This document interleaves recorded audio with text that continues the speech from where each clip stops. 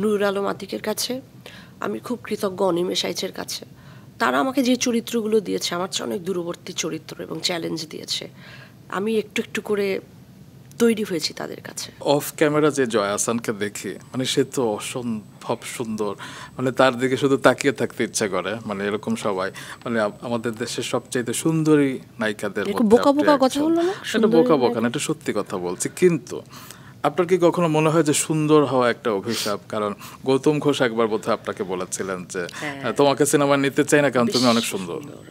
না, এটা যে আমি যে ফিল্মটার ইসের কথা বললাম, কি যেটা হাটকুড়া, মানে আমি খুব কৃতজ্ঞ অনিমেষ আইচের কাছে। আমাকে নিত না মানুষ, বলতো যে বেশি সুন্দর, বেশি ফর্সা, বেশি শহুরে, বেশি আরবান।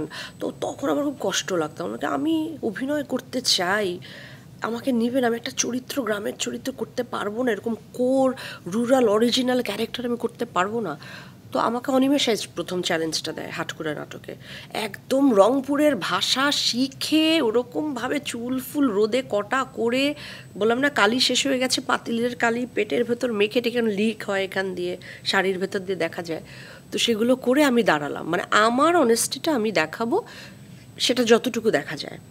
তো আমি অনিমেষ আইচের কাছে সবসময় কৃতজ্ঞ, আমি খুবই কৃতজ্ঞ আমার কিছু ডিরেক্টরদের কাছে, কারণ অনেক দূরবর্তী ওই চরিত্র আমি জয়া আহসানের চেয়ে। আমি গ্রাম সেভাবে দেখিনি, তো আমার এত জেদ হয়ে গেল যে আমি গ্রামের চরিত্রগুলো, রুরাল চরিত্র আমি এত ভালো করে আত্মস্থ করব, আমি সেই মানুষগুলোকে এমনভাবে জানবো, সেটা শুধু অভিনয়ের ভেতর দিয়ে না, বই পড়ার ভেতর দিয়ে, মানুষের সাথে মিশে। আমার খুব ভালো লাগে গ্রামের মানুষের সাথে মিশতে, আমার খুব ভালো লাগে বৃদ্ধদের সাথে সময় কাটাতে, আমার এগুলো করতে অনেক ভালো লাগে, চরিত্রের জন্য না, কিন্তু আমি একদম মন থেকে ভালোবেসে আমার ভালো লাগে তাদের সাথে মিশতে, বা আদিবাসী কারোর সঙ্গে মিশতে।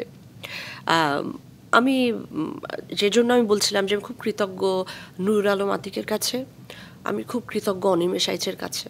তারা আমাকে যে চরিত্রগুলো দিয়েছে আমার চেয়ে অনেক দূরবর্তী চরিত্র এবং চ্যালেঞ্জ দিয়েছে, আমি একটু একটু করে তৈরি হয়েছি তাদের কাছে।